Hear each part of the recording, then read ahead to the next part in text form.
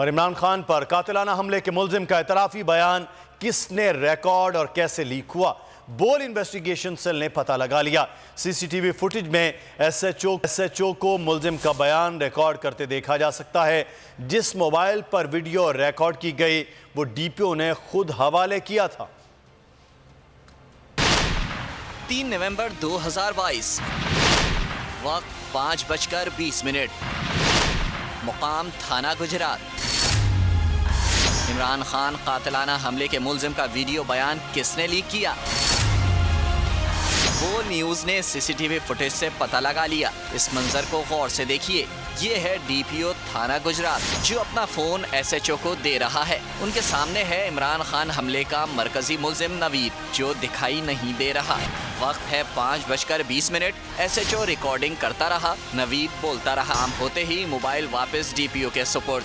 गौर से देखिए, फोन मेज पर है। डीपीओ ने प्लास्टिक की थैली में कुछ कागजात जमा किए। लगता है काम हो गया। मुल्जिम नवीद की वीडियो कैसे लीक हुई, सवाल पर पुलिस लाइल्मी का इजहार करती रही। पीटीआई रहनुमा हसन खावर ने कहा है कि जीआईटी की तहकीकात ने वाज़ेह कर दिया कि हमलावर अकेला नहीं था। शवाहिद से सामने आया है कि मुल्जिम के साथ मजीद 2 शूटर्स थे। पहले पुलिस और फिर सीटीडी से वीडियो रिलीज की गई। कातिलाना हमले की तह तक पहुंचना चाहिए। इमरान खान ने बहुत पहले अपनी तकरीर में इस साजिश का इंकशाफ कर दिया था। देखिए, ये बात तो खान साहब ने पहले दिन से कही थी और आपको ये देखें कि इस हमले से काफ़ी रोज़ कबल इमरान खान साहब ने ये पूरी साजिश जो है ये बेनकाब कर दी थी। और उसके बाद अब जो सारे शवाहिद सामने आए हैं उससे एक बात तो जाहिर हो गई कि ना सिर्फ अपना ये जो मुल्जिम है इसके साथ 2 शूटर्स और थे, बल्कि थाने के अपने अमले ने मिली भगत करके इसकी वीडियो बनाई, उसकी वीडियो को रिलीज़ किया। और जब परवेज इलाही साहब ने पूरे थाने को सस्पेंड किया और रात को इस मुल्जिम को सीटीडी के सुपुर्द किया गया तो सीटीडी से एक और वीडियो बना के रिलीज की गई। और बज़ाहिर लगता ये है कि जैसे एक कवर अप करने की कोशिश की गई और इस बात की भी कोई क्लैरिटी नहीं है कि ये वीडियो फौरी तौर पर इतने हाई प्रोफाइल केस में बन के मीडिया तक कैसे पहुंची। और जब जीआईटी ने डीपीओ गुजरात को बुलाया तो ना सिर्फ उन्होंने पेश होने से इनकार किया बल्कि अपना फोन भी नहीं दिया फोरेंसिक के लिए।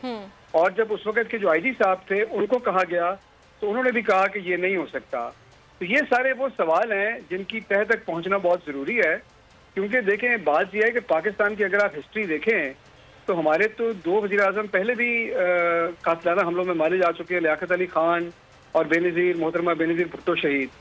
तो अब अगर ये कातिलाना हमला हुआ है तो मेरा ख्याल में हमारी कोशिश होनी चाहिए कि हम इसकी तह तक पहुंचे और कम्प्लीटली इसको सॉल्व किया जाए। और इमरान खान हमला केस के मुल्जिम के वकील की मुद्दई को मासूम साबित करने की कोशिश। सानिया है वजीराबाद को खुद साख्ता करार दे दिया। दावा किया कि जीआईटी का मकसद इमरान खान और उनके गार्ड को बचाना है। दुरुस्त तफ्तीश हो तो साबित होगा कि मुअज्जम का कातिल गार्ड है। वकील मियां दाऊद ने इल्जामात से भरपूर न्यूज कॉन्फ्रेंस में कहा कि इमरान खान की पसंद को देखते हुए जीआईटी में इमरान तब्दील हुए। हमले का ड्रामा लॉन्ग मार्च की नाकामियों को छुपाने के लिए किया गया। मकसद सिर्फ जीआईटी का ये था कि किसी तरीके से इमरान खान साहब को और उनके गार्ड को जो है वो बचाया जाए और इस वकूए के जो बुनियादी हकायक हैं या उससे इस वकूए की बाबत जितनी भी मालूमात सोशल मीडिया के ऊपर या वहाँ पर मुकामी यानी शाहिदीन के पास मौजूद है उनको ज़ाया किया जा सके और वो उन्होंने किया भी। जीआईटी की वो रिपोर्ट जो है वो इमरान खान साहब के पास कैसे पहुँच गई, फवाद चौधरी साहब के पास कैसे पहुँच गई, वो अभी अदालत में तो सबमिट नहीं हुई लेकिन वो वहाँ पर पहुँच जाती है। अगर पीटीआई ये समझती है ये वकूआ जेन्युइन है, ये वाकई ही ऐसा है, तो आज भी इनके पास अदालत ने उनको मौका दिया कि आप जाके अपनी FIR दर्ज करवाएं। ये अपना बयान रिकॉर्ड करवाने के लिए अपना क्रॉस वर्जन जो है वो रिकॉर्ड करवाने के लिए नहीं जा रहे। ये इस वजह से नहीं जा रहे क्योंकि इनको पता है कि ये सारा वकूआ इनका अपना क्रिएटर था, इनका अपना प्लांटर था, ताकि इमरान खान साहब के लॉन्ग मार्च को जो है वो दवाम बख्शा जा सके, उनको दोबारा जिंदा किया जा सके। अगर आपको ये वीडियो पसंद आई है तो हमारे चैनल को सब्सक्राइब करें और बेल आइकन पर क्लिक करें।